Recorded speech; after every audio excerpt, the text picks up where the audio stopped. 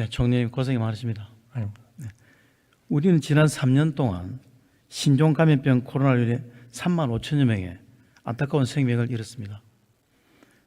후유증까지 포함하면 우리 주위에 너무나도 많은 국민들이 아파했고 지금도 힘들어하고 있는 분들이 많으십니다. 혹시 코로나19로 인해 힘들어하는 분이 주위에 계신지요? 네, 그런 분들 있습니다. 코로나19로 인해 사망했거나 후유증으로 힘들어하는 사람들이 주위에 두 분이라면 코로나는 정말 다시는 경험하고 싶지 않을 악몽일 것입니다. 이런 상황에서 과연 우리 대한민국은 코로나19 대응을 잘했다고 말할 수 있겠습니까, 총리님? 저는 정부와 국민 그리고 의료진이 정말 힘을 합쳐서 이 초유의 이러한 그 전염병을 막기 위해서 최선을 다했다고 저는 생각을 합니다.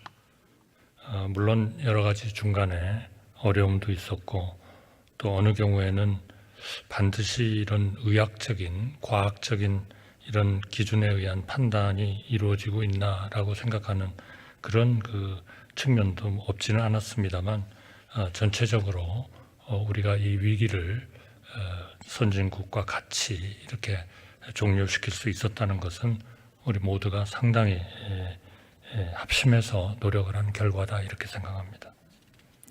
문재인 정부의 코로나 대응을 이 자리에서 평가하지는 않겠습니다.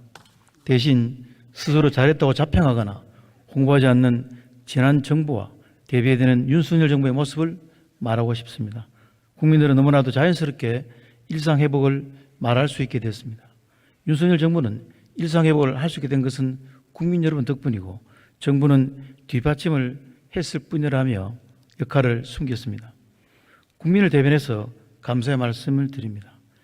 윤석열 대통령과 여기 계신 총리님, 방역 관련 공무원분들 그리고 대한민국 여러 개 종사자분들께서 우리 국민에게 일상회복을 되찾으시기 위해서 지금까지 노력에 대해 감사 인사를 전합니다. 총리님, 일상회복이 되었다고 해서 코로나19가 완전히 저희에게 남겨진 과제가 없다고 생각하십니까? 아닙니다. 대단히 큰 과제가 남아있다 이렇게 생각합니다. 무엇보다도 저희가 경험한 이 팬데믹은 아마 상당히 이 자연과 인간이 사는 방식에 있어서의 큰 변화를 가져오지 않겠나 이렇게 생각을 합니다. 다시 말씀드리면 다음에도 이러한 큰 팬데믹이 올 가능성은 항상 존재한다는 것이 전문가들의 입장이고 이에 따라서 새로운 이런 신종 감염병의 유행에 대해서 미리 대비를 하고 또 계획을 세우고 하는 것이 꼭 필요하다 이렇게 생각을 하고 있고 적극적으로 이러한 계획을 세우고 추진하는 그런 과정에 있습니다. 본 의원은 이제 코로나 후유증을 관리하고 넥스트 팬데믹을 준비할 때라고 생각하는데도 동의하셨죠? 네, 그렇습니다. 그럼 제가 두 가지로 주제로 질의를 하겠습니다. 첫 번째로 코로나 후유증 관리 문제입니다. 코로나 후유증 코드가 신설된 이후 진료받은 환자 수는 10만 2,596명입니다. 현재 실제 코로나 후유증 환자가 이 정도밖에 안 된다고 생각하시는지요? 잠재적으로 잠복하고 있는 분들은 좀 더 있을 거라고 생각을 합니다. 세계보건기구에 따르면 200여 개의 증상이 보고됐고 또 20% 안팎의 환자는 다양한 증상을 장기적으로 경험하는 것으로 알려져 있습니다. 문재인 정부 때는 설문조사 위주의 후유증 연구만 했을 뿐이지만 또 코로나19 후유증을 치료를 위한 실질적인 대책이 필요하다고 생각하는데 총리께서는 어떻게 생각하시는지요? 네, 그런 점이 필요하다고 생각합니다. 그 코로나 우울 문제도 본 의원이 복지부와 진료 코드를 만들어서 치료할 수 있게 의료 현장에 도입을 했었습니다. 지금까지 진료 인원이 412명에 불과했는데 하지만 지난해 12월 기준으로 우울 위험군은 18.9%로 코로나19 이전에 3.2%였던 것과 비교하면 5.9배가 증가했습니다. 현재도 OECD 자살률 1위인 대한민국의 현실에서 코로나 우울은 더 이상 방관할 수 없는 중요한 사회 문제가 될 수도 있습니다. 코로나 후유증과 우울에 대한 제대로 된 대책을 마련해 줄 수 있겠습니까? 네, 코로나 확진자와 대응 인력을 위한 우리의 그 대응은 매우 중요하다고 생각을 합니다. 우선 코로나19 확진자하고 대응 인력 심리 지원 등을 위해서 국가 트라우마 센터 같은 곳을 통한 심리 상담 그리고 찾아가는 마을 안심버스 등을 운영 중에 있습니다.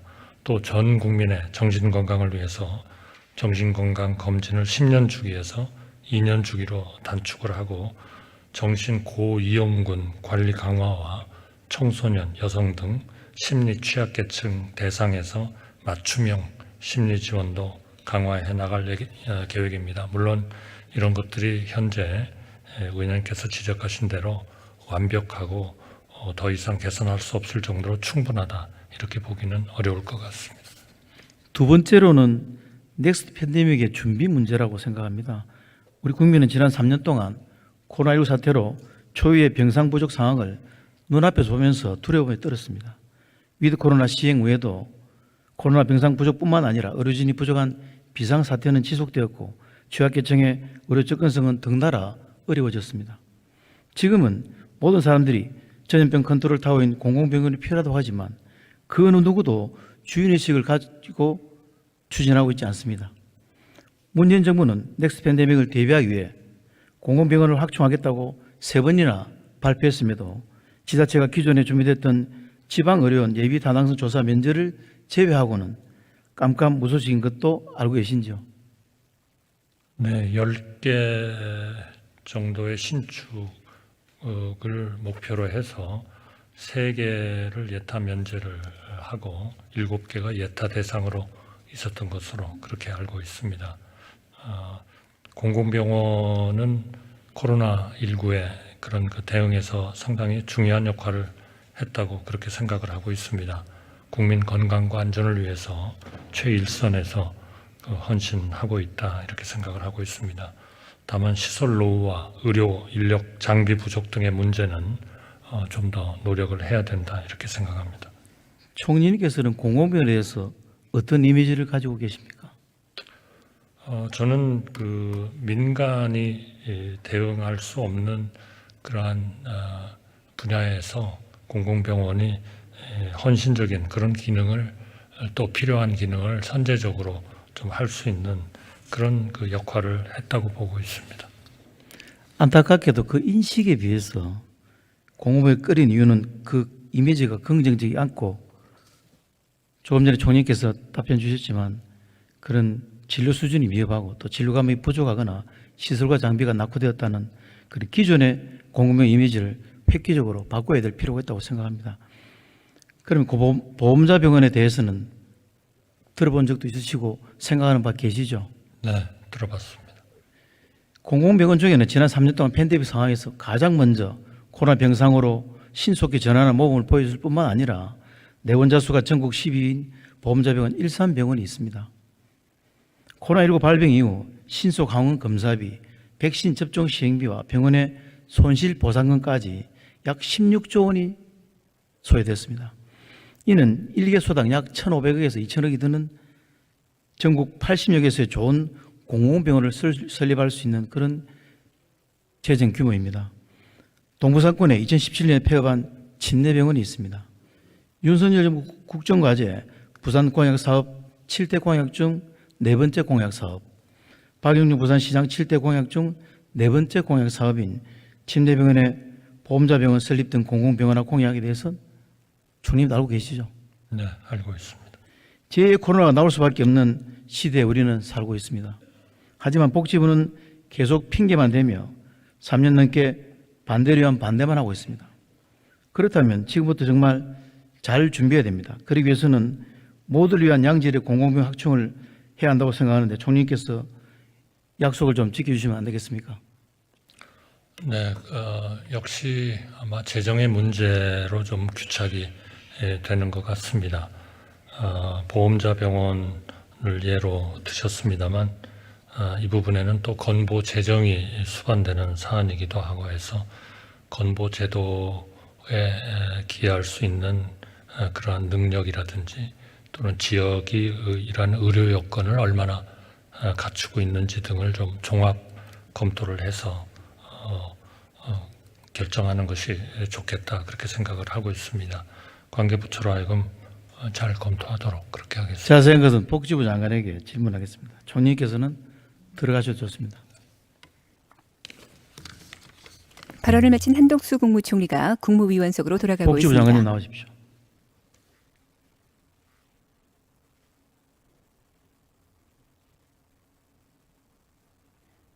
조규홍 보건복지부 장관이 네, 복지부 장관 나왔습니다. 장관님, 네, 코로나19와 같은 감염병의 위험에서 전체 병상의 10%도 안 되는 공공병원이 코로나 환자의 몇 %를 담당했는지 알고 계십니까? 네, 상당히 많은 부분을 담당한 걸로 알고 있는데 좀 정확한 수치는 제가 80% 진료를 담당했습니다. 신종감염병에 대응하기 위한 선봉에는 몇 안 되는 지방 의료원과 공공병원들이 있었고 그들이 있었기에 그동안의 방역 시스템도 유지될 수 있었습니다. 하지만 지금은 코로나19 환자 진료에 내몰이 다 지쳐 집단으로 사직하고 있으며 지금 결국 껍데기만 남게 될 공공의료기관들은 존폐를 고민해야 할 지경에 내몰리고 있습니다. 지금 공공의료에 대한 지원과 지지를 이끌지 못한다면 머지않은 미래에 갑자기 닥쳐올 또 다른 위기 상황에서 더 이상의 국가는 지금까지와 같은 최소한의 수준으로도 대응할 수 없을 것이라고 생각합니다. 넥스 팬데믹을 준비할 지금이야말로 다가올 감염병 대응을 위한 공공의료 체계 최적의 확충의 최적기라고 하는 데 대해서 동의하십니까? 네, 그럼 공공병원 확충에서 중요한 점은 제대로 된 공공병원이어야 합니다. 국민들이 신뢰할 수 있다고 생각했다는데 동의하십니까? 예, 그렇습니다. 유일한 보험자 병원인 국민건강공단 일산병원은 진료 규모 전국 12위, 2023년 미국 뉴스위크 국내 병원 순위 발표에서 전체 132개 병원 중 42위를 기록하였습니다. 이는 대학병원을 제한 종합병원 60개 중 2위이고 지역 내 경쟁력은 1위 우수병원입니다. 보험자병원 이렇게까지 훌륭한 병원인지 장관님께서 알고 계십니까? 네, 그 일산병원 같은 경우는 건강보험제도 발전에 기여하는 역할을 잘 수행하고 있고 또 보건복지부 의료질 평가에서도 6개 부분 중 4개 부분에서 최상위 등급을 받은 걸로 알고 있습니다. 일산병원은 지난 팬데믹 상황에 신속히 코로나 병상을 전환하고 또 국가적 위기 대응에 적극 참여했습니다. 장관님, 동부상권에 위치한 침례병원에 대해서 알고 계시죠? 네, 잘 알고 있습니다. 침례병원의 보험자병원 설립 등 공공병원화는 지난해 대통령 인수위 지역발전특위에서도 발표한 국정과제 중 하나라는 사실도 잘 알고 계십니까? 예, 부산 지역 공약으로 알고 있습니다. 명실상부한 대한민국 제2의 도시 부산은 공공의료기관 비율이 2.5%로 전국 최하위 수준이며 특히 동부상권은 공공병원뿐만 아니라 종합병원이 제대로 없어 응급의료 사각지대가 발생하고 있습니다. 침례병원 인근은 병원 재개원 시 이용 의사가 높고 최근 신도시 개발로 배우 수요가 확대되고 있습니다. 교통환경도 양호하고 종합병원 이상 병원이 없어 의료 수요도 충분합니다. 이곳에 보험자병을 설립한다면 성공 모델의 하나로 자리 잡을 것이 분명합니다. 장관님, 이제 근정심에 올리면 되는 상황인데 맞습니까? 네, 그 건강보험 보험자 병원을 하기 위해서는 건강보험제도에 얼마나 기여하느냐가 중요하기 때문에 건정심의 심의가 필요합니다. 적극적으로 추진하실 거죠? 예, 뭐 상임위에서도 여러 번 말씀을 하셨기 때문에 저희가 추진하고 있습니다. 근데 다만 이제 수요 공급에 대한 분석, 그다음에 향후 독자 운영 가능성에 대한 의견들이 있으셔가지고 이거에 대한 타당성을 종합적으로 검토하고 있습니다. 오랫동안 제대로 된 병원이 사라진 빈자리에 신뢰할 수 있는 수준 높은 공공병원, 보험자병원이 설립되기를 바라는 부산 시민의 옳은 염원에 성의 있는 답변해 주셔서 감사합니다. 네. 들어가셔도 좋습니다.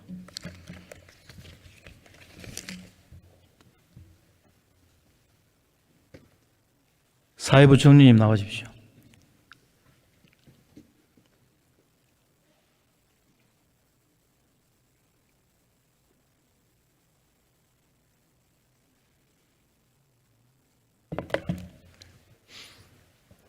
부총리님.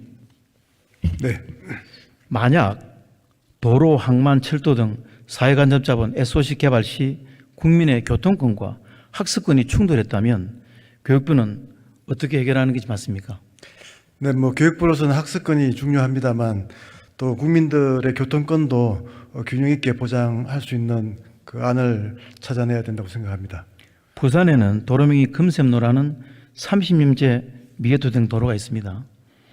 부산 동서간을 연결하는 산성터널의 메인 접속 도로인데 부산대학교의 반대로 인해 1973년부터 계획되었고 현재 총 3.5km 중 부산대를 관통하는 850m 구간을 제외한 2.7km만 개설이 완료되어 있습니다. 부총리 너무나 이상한 현상 아닙니까? 네. 여기에 대해서 알고 계십니까? 예, 현재 그 부산대와 금정구가 MOU를 체결하고 그 지금 이제 교육 연구 환경 피해 최소화 방안 등을 협의 중인 걸로 알고 있습니다. 이럴 때는 어떻게 해결하는 게 맞습니까? 뭐 앞에서 말씀드렸지만 이제 뭐 그 균형 있게 그 뭐 교통권과 학습권이 좀 균형 있게 보장되도록 잘 그 최대한 뭐 양측이 잘 협의를 할 수 있도록 좀 해야 된다고 생각합니다. 네, 그러면 교육부에서는 부산시나 부산대와 단 한 번이라도 논의를 해보신 적이 있으신지요? 저희가 지금 뭐 그 부산시와 부산대가 좀 그 원만하게 협의될 수 있도록 지금 그 뭐 잘 챙겨보도록 그렇게 하겠습니다. 네. 부산시는 학습권 침해를 최소화하는 방향으로 실시 설계를 시행 후 부산대와 적극적으로 협의하고 있습니다. 하지만 부산대는 학내 구성원의 의견 수렴이 필요하다는 이유로 십수년째 미온적인 태도를 일관해오고 있습니다. 이러한 상황에서 교육부가 부산시와 부산대학교 사이에서 조율을 이끌어내는 역할을 하는 것이 중요하다고 생각되는데 이에 동의하시는지요? 예, 뭐 교육부가 부산시와 그 부산대가 좀 원만하게 협의할 수 있도록 중재 역할을 좀 해보도록 하겠습니다. 교육부는 금샘로 사업의 원활한 진행을 위해 구체적인 계획을 포함하여 입장을 정리해서 본위원에게 보고해 주시기 바랍니다. 네, 그렇게 하겠습니다. 네, 들어가셔도 좋습니다. 네.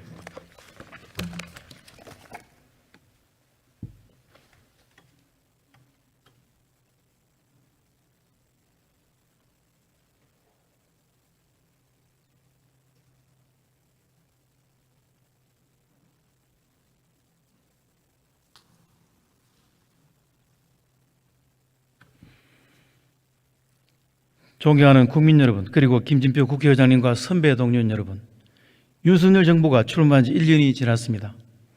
윤석열 정부는 무너진 대한민국에서 바로 서는 대한민국으로 만들어가고 있습니다. 일상회복을 하며 스스로 자평하거나 홍보하지 않고 묵묵히 뒷받침하며 그 역할을 숨기고 눈앞에 있기보다는 미래를 위해 할 일을 하고 있습니다. 또한 인류 복지과를 위해 포퓰리즘 걷어낸 일념으로 소외되었던 국민들의 목소리를 직접 듣고 청년들에게 반칙과 특권이 아닌 공정과 기회를 보장하는 대한민국의 미래를 만들고 있습니다. 그러나 아직 해결해야 할 과제도 많습니다. 특히 다가올 넥스트 팬데믹을 준비해야 할 때입니다. 넥스트 팬데믹은 언제 어떤 형태로 찾아올지 예측할 수 없습니다. 하지만 우리는 그 위험에 대비해야 합니다. 그렇기 때문에 저를 비롯한 여야 정치권 해주시기 바라고 지혜를 모아 다음 팬데믹을 준비합시다. 경청해 주셔서 감사합니다. 백종원 의원 수고하셨습니다.